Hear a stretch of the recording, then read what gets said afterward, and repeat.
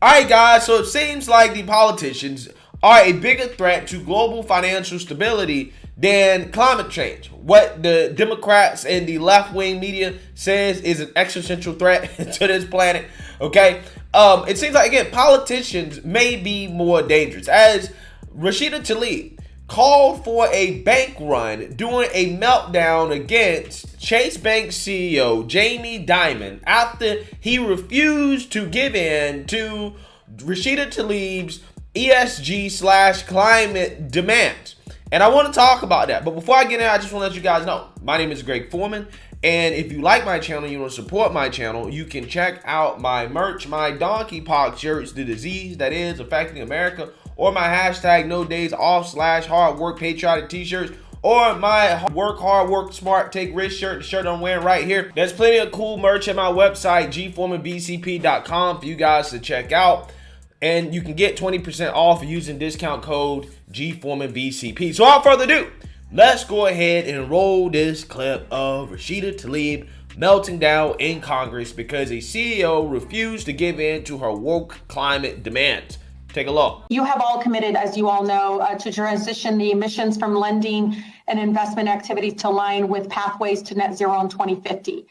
Do you know what the International Energy Agency has said is required to meet our global 2050 net zero targets of limiting global temperature rise to 2.7 degrees Fahrenheit or 1.5 degrees Celsius? So no new fossil fuel production starting today. That's like zero. So I would like to ask all of you and go down the list, because again, you all have agreed to doing this. Please answer with a simple yes or no. Does your bank have a policy against funding new oil and gas products? Mr. Dimon. Absolutely not, and that would be the road to hell for America. Yeah, that's fine. That's fine. Sir, you know what? Everybody that got relief from student loans has a bank account with your bank should probably take out their account and close their account. The fact that you're not even there to help relieve many of the folks that are in debt, extreme debt because of student loan debt, and you're out there criticizing it. Ms. Frazier, how about you? We will continue to invest in and support clients who are investing in fossil fuels and in helping them transition to cleaner energies. And Mr. Monahan? We are helping our clients make a transition, and that means we're lending to both oil and gas companies and to new energy companies and helping monitor their course towards the standards you're talking about. Yeah, Mr. Sharp? Excuse me, the same thing as Mr. Moynihan said. Yeah, I'm not going to ask you, Mr. Dimon, because you obviously don't care about working class people in frontline communities like ours that are facing huge amounts of high rates of asthma, respiratory issues, and so much more. Cancer rates are so high among my communities that I represent. So I'm not going to even ask you if you're committing to ending financing of new oil and gas projects. But Ms. Frazier, Mr. Monahan, Mr. Shea, we are living through a climate crisis today. And a commitment to net zero requires a commitment to ending fossil fuel financing. It is important because I want you all to know at the end, we're going to pay the cost of the public health impact. These are people that you're supposed to be serving, the folks that you're supposed to be providing and supporting in communities. Yeah, so I want you guys to understand exactly what Rashida Tlaib was demanding there, just so you guys know how insane these people are, right? These people on the left, especially these progressives, okay? They're not living in reality. She's asking these banks to stop lending money, to stop financing the oil and fossil fuel industry, as if this country does not run off of oil and fossil fuels, as if the world doesn't still run off of oil and fossil fuels. If these banks capitulated to this woman's silly demands, that would be the end of civilization, right? As we know it, okay? America wouldn't be able to run, okay? They wouldn't be able to run.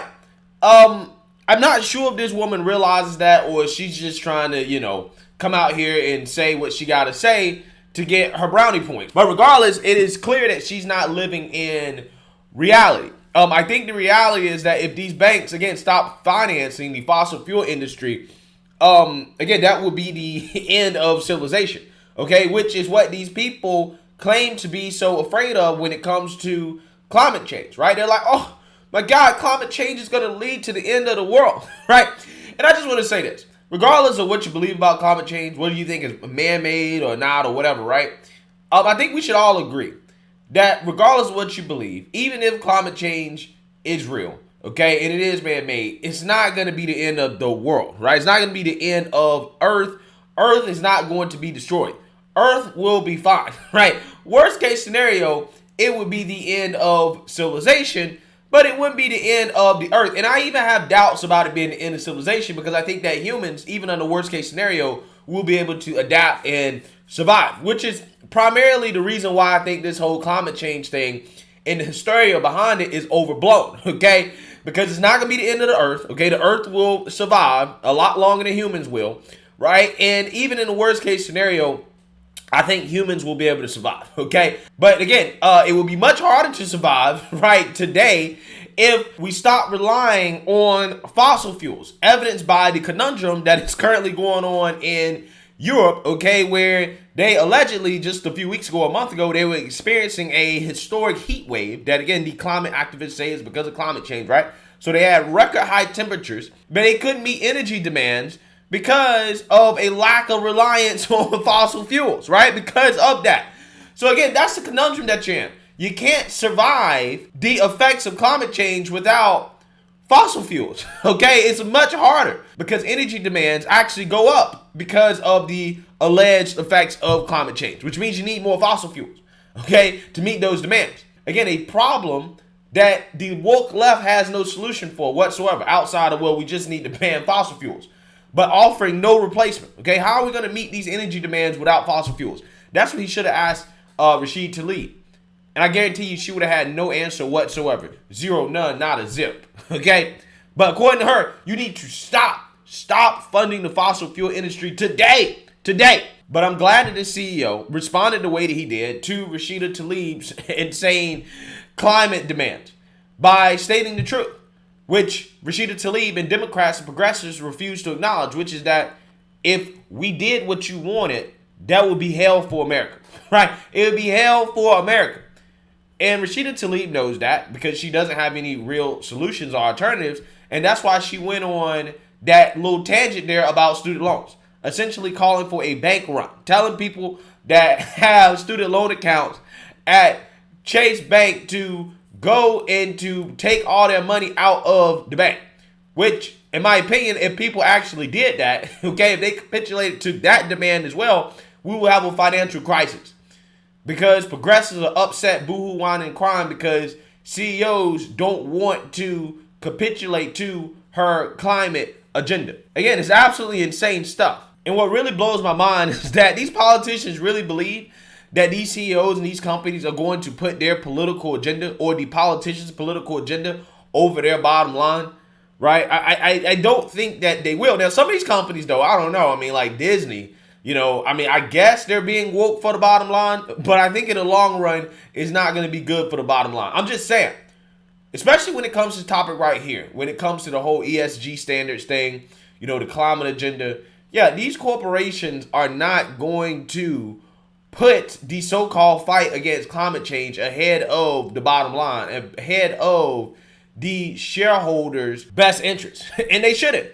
Because if they did that, then, again, it would be all hell, not just in America, but on Earth, okay? Because we can't survive without fossil fuels. We don't have any real alternative to meet our energy demands, and that's a reality that progressives need to accept.